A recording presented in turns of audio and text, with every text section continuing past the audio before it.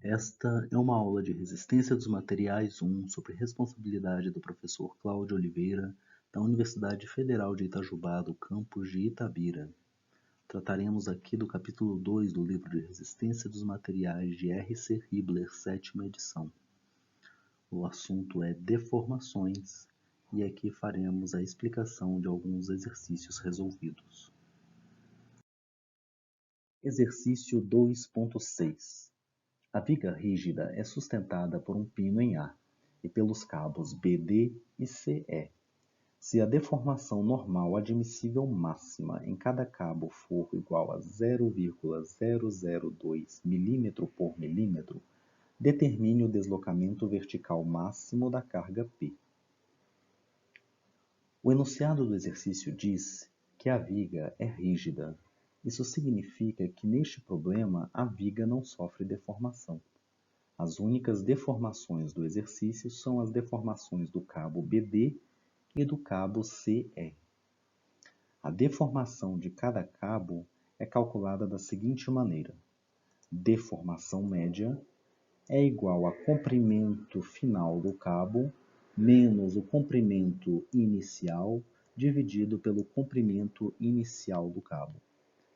Podemos reescrever essa equação da seguinte maneira: deslocamento do cabo dividido pelo comprimento inicial do cabo. O deslocamento, então, é a diferença entre os comprimentos inicial e final, e ele será igual à deformação média multiplicado pelo comprimento inicial do cabo.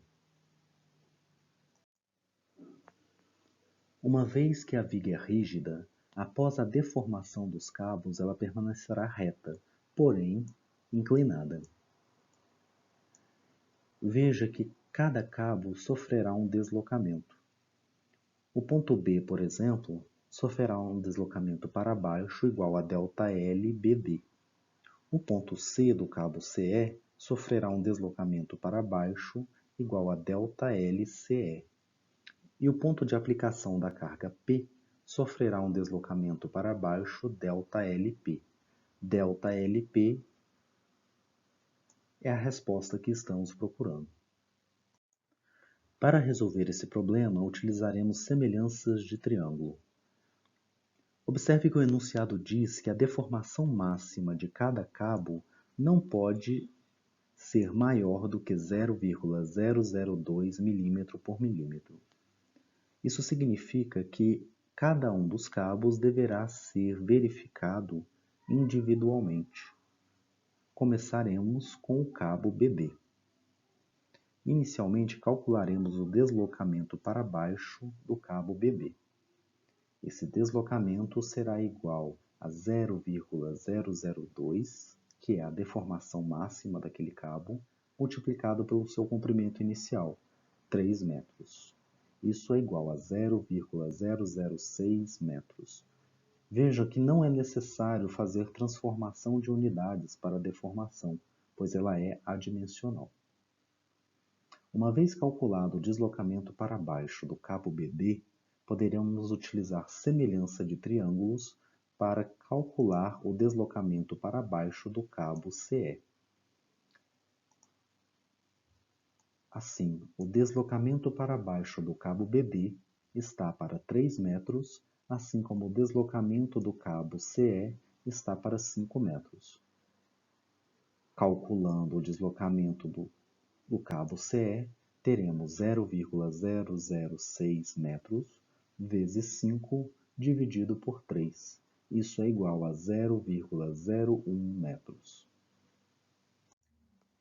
Utilizaremos o valor de 0,01 metros para verificar se o cabo CE atende à condição de deformação máxima.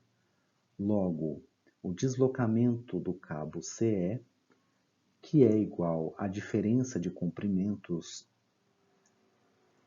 da situação final e da situação inicial daquele cabo, será dividido pelo comprimento inicial do cabo, ou seja, 0,01 dividido por 4. Isso resulta em uma deformação média de 0,0025, Esse valor é maior do que a deformação máxima permitida e, portanto, deve ser descartado.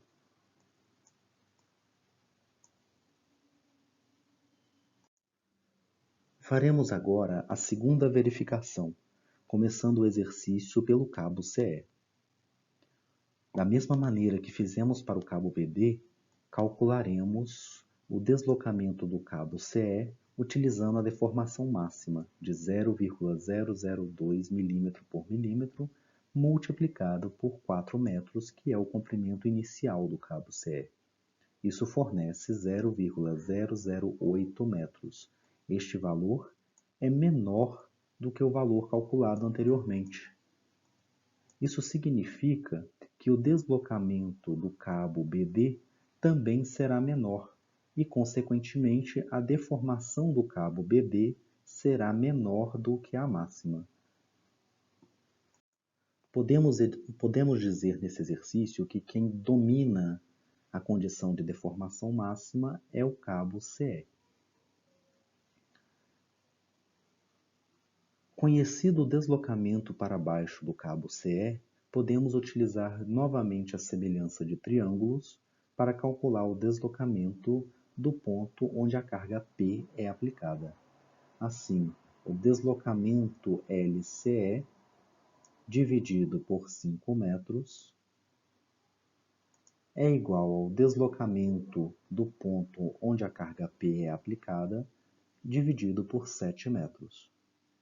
Reorganizando a equação, temos que o deslocamento do ponto onde a carga P é aplicada é igual a 0,08 vezes 7 dividido por 5, resultando em 0,011 metros. Exercício 2.7. Os dois cabos estão interligados em A. Se a força P provocar um deslocamento vertical de 2 mm em A, determine a deformação normal desenvolvida em cada cabo. Observem que o cabo AB mede 400 mm, assim como o cabo AC, que também mede 400 mm. Este, então, é o comprimento inicial de cada cabo. Será necessário calcular o comprimento final destes cabos, indicado pelo triângulo em vermelho. Observe que para calcular esse comprimento final, será necessário calcular os lados do triângulo azul. Os lados do triângulo azul podem ser verificados na configuração não deformada dos cabos. Observem, se conhecemos a diagonal do triângulo azul e conhecemos o ângulo desse triângulo, conseguimos calcular o cateto oposto àquele ângulo e o cateto adjacente, sendo esses lados iguais a 400 seno de 30 e 400 cosseno de 30, respectivamente. O lado oposto ao ângulo de 400 seno 30 é compartilhado pelo triângulo azul e pelo triângulo vermelho. Já o cateto adjacente ao ângulo de 30 sofreu um acréscimo de 2 mm. Assim, no triângulo vermelho, temos um cateto de 400 seno 30 e o outro cateto de 400 cosseno 30 mais 2 mm. Com os valores desses dois catetos, é possível calcular a hipotenusa do triângulo, que é o comprimento final do cabo AC, e também será o comprimento final do cabo AB.